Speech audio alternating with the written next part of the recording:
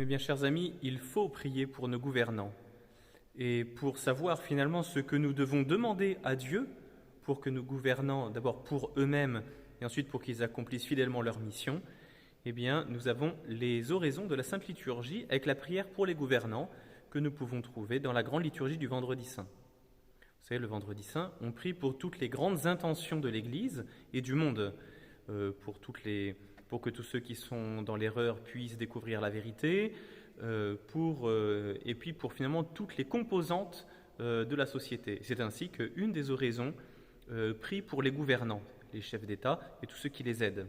Je vais la lire et nous pourrons la faire nôtre, particulièrement en cette époque où ceux qui ont à décider ont bien besoin de l'éclairage du bon Dieu. Prions pour tous les chefs d'État, pour les pouvoirs constitués et les services publics. Daigne notre Dieu, Seigneur, leur inspirer sa volonté, afin que nous jouissions d'une paix perpétuelle. Vous voyez, donc ça, on formule l'intention de prière.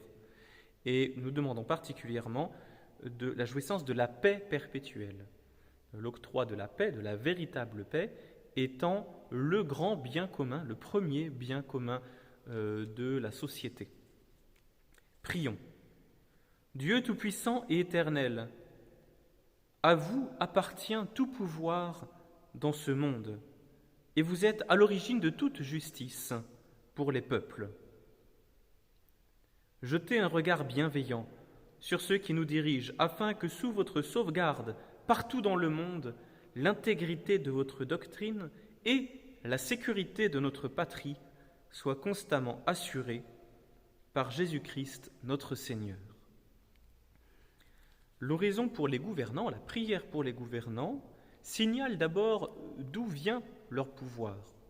Et finalement que celui qui a accordé une délégation de son propre pouvoir, qui est le Christ lui-même, à qui le Père a soumis tout pouvoir en ce monde, le Christ leur en a délégué une partie.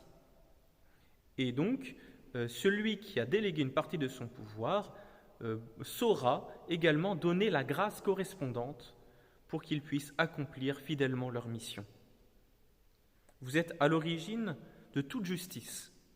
Jetez un regard bienveillant sur ceux qui nous dirigent, afin que, sous votre sauvegarde, partout dans le monde, les deux choses qui sont demandées, c'est l'intégrité de la doctrine de Dieu et la sécurité de la patrie.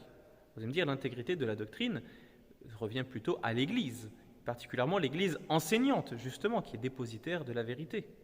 Mais il faut qu'il y ait un certain accord entre l'Église enseignante et le pays, pour que finalement, dans l'harmonie de la vérité, le gouvernement des âmes se fasse au mieux.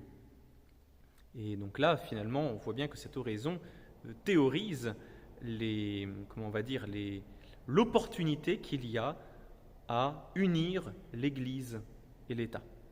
La religion, en tout cas, vous voyez, dans son essence, qui est la bonne inspiratrice des décisions ensuite d'ordre pragmatique que doivent opérer les dirigeants. Donc c'est du prudentiel, mais ça doit être inspiré par la vérité, par les grands principes de la vérité chrétienne. Et la sécurité de la patrie. Donc on a demandé d'abord la paix, et maintenant la sécurité. Nous sommes vraiment au cœur des missions, qu'on appelle les missions régaliennes. Et c'est les grâces que nous pouvons demander pour nos dirigeants.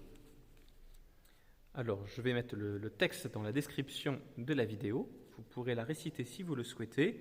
Prions bien pour nos gouvernants qui ont la lourde tâche d'agir pour la paix et la sécurité, et toujours en conformité avec la vérité. Et nous saurons alors que les pays seront de cette façon, c'est comme s'ils étaient de cette façon confiés au Seigneur lui-même.